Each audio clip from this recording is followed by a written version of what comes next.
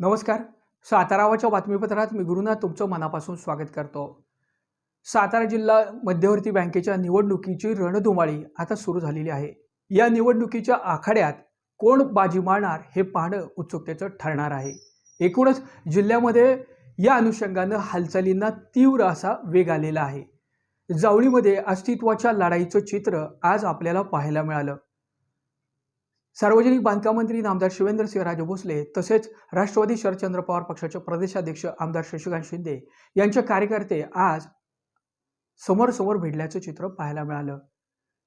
सोसायट्यांच्या ठरावाच्या अनुषंगानं या कार्यकर्त्यांमध्ये आज नेमकं अस्तित्व कोणाचं हे दाखवण्याचा शक्ती प्रदर्शनाचा एक प्रयत्न झाल्याचं आपल्याला पाहायला मिळालं. पोलिसांच्या मध्यस्थीमुळे निश्चितच येथील मोठा अनर्थ जरी टळला असला तरी जिल्हा मध्यवर्ती बँकेच्या अनुषंगानं होत असलेल्या या रणधुमाळीमध्ये आता पुढं काय होणार हे पाहणं देखील उत्सुकतेचं ठरणार आहे. महायुतीचं सरकार असल्यामुळं जिल्ह्यामध्ये निवडणुकांचं सत्र आपण ज्या पद्धतीनं पाहत गेलो, यामध्ये नगर परिषदांच्या निवडणुकीमध्ये भारतीय जनता पक्षानं निर्विवाद वर्चस्व मिळवलं आणि सर्वात महत्त्वाचं जिल्हा परिषदेमध्ये भारतीय जनता पक्षानं पहिल्यांदाच झेंडा फडकवला.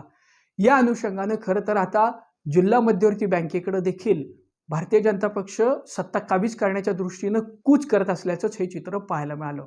एकूणच अस्तित्वाच्या या लढाईमध्ये आता पुढं नेमकं काय होणार हे पाहणं देखील उत्सुकतेचं ठरणार आहे. सहकार्याच्या नियमानुसार 10 वर्ष ज्यांनी कार्यकाळ पूर्ण केलेला आहे अशा संचालकांना आता पायउतार व्हावं लागणार आहे.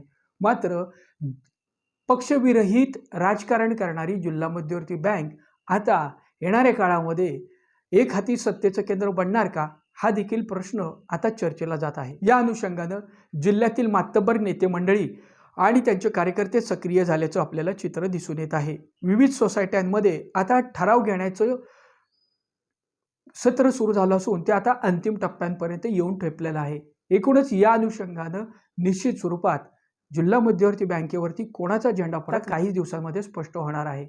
एकूणच या सर्व निवडणुकीच्या रणधुमाळीमध्ये आता शह त्याचबरोबर अस्तित्वाच्या लढाईचं खरं तर चित्र या निवडणुकीमधनं आपल्याला दिसून येणार आहे.